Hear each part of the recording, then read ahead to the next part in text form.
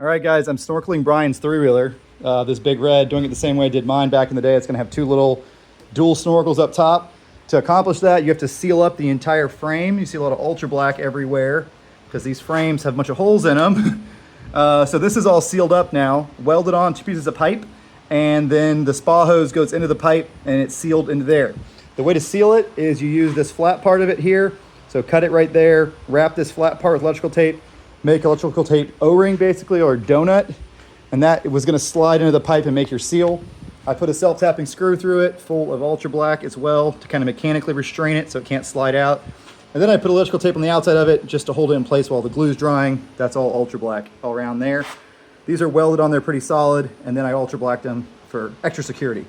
But yeah, so now all I gotta do is reroute all of these lines and stuff like that, and then I gotta smoke test it and see if I can find any leaks.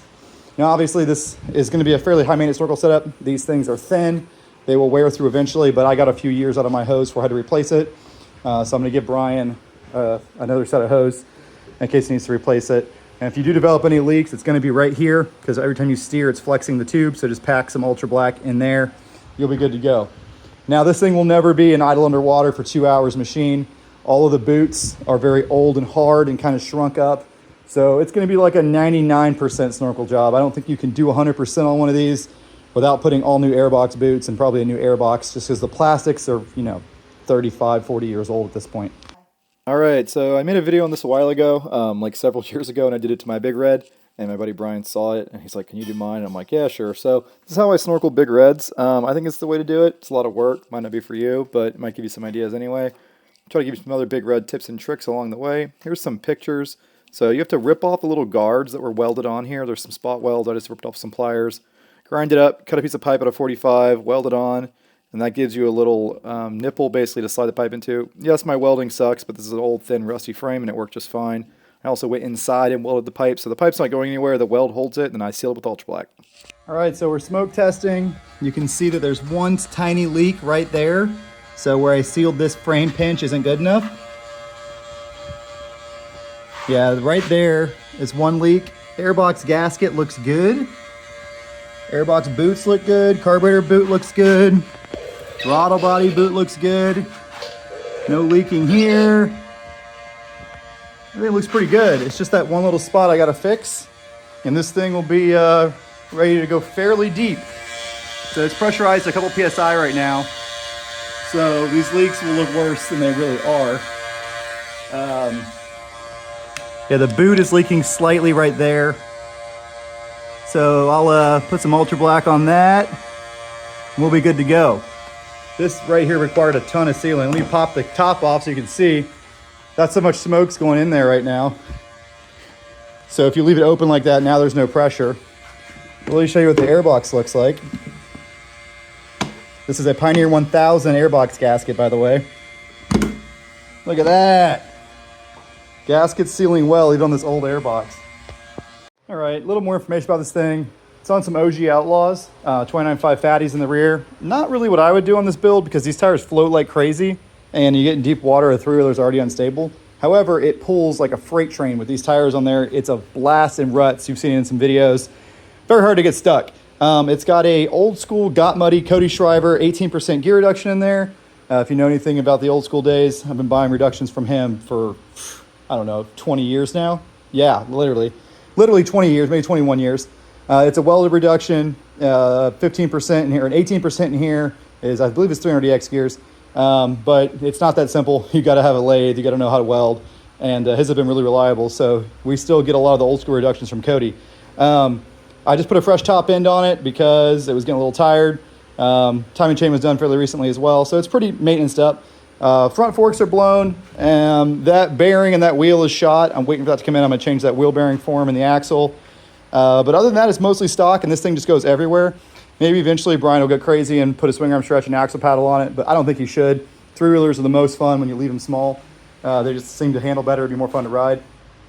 In the Airbox, we got a new OEM filter on there. We got the crankcase breather mod with a uni mini filter on there, so if water does get in the Airbox, at least it won't get sand in the oil. This will keep the sand out of the oil. It will get milky, but this will save your crank right there. And yeah, these filters from Honda are not oiled. These old school filters, some of the newer ones are. But I recommend running a Honda filter in these. The aftermarkets just don't do anything. They let a lot of sand through. But make sure you oil them. I don't have any oil right now, so I'm gonna tell Brian to oil his air filter when he gets a chance.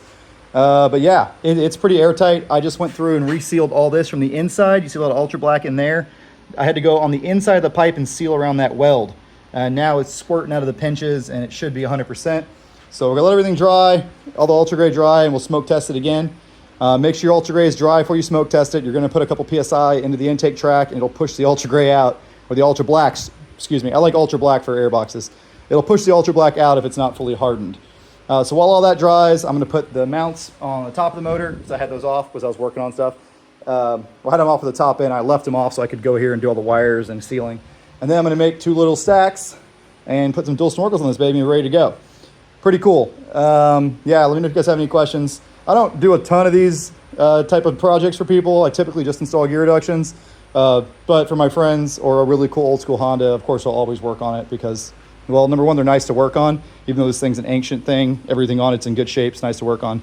Not a single bolt was stripped out in this entire tire setup, so it's just amazing. And I just have a soft spot for these old Hondas. I just freaking love them. So yeah, we got it jammed up.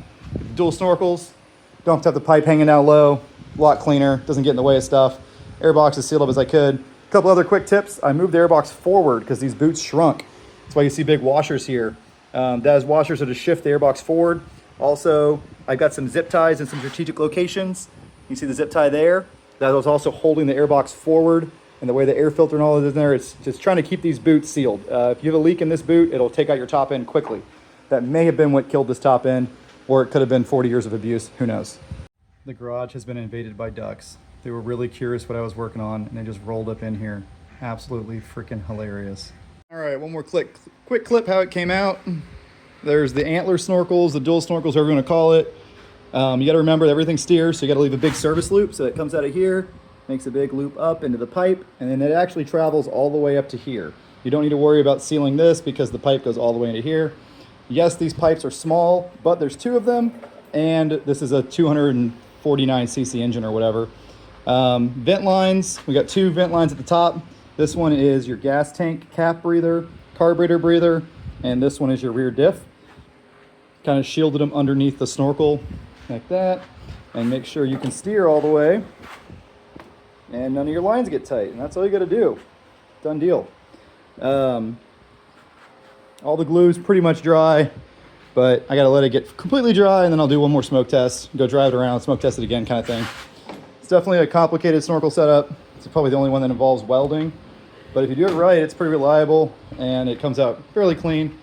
The other way to do this is obviously have the pipe kind of come down here and come up, which works okay. I don't like it because I've had sticks grab it, so this keeps it a little more protected. It's all protected behind this rack. But yeah, certainly one way to do it. It's very time consuming to seal up the whole frame and weld on the pipes and all that stuff, but it works.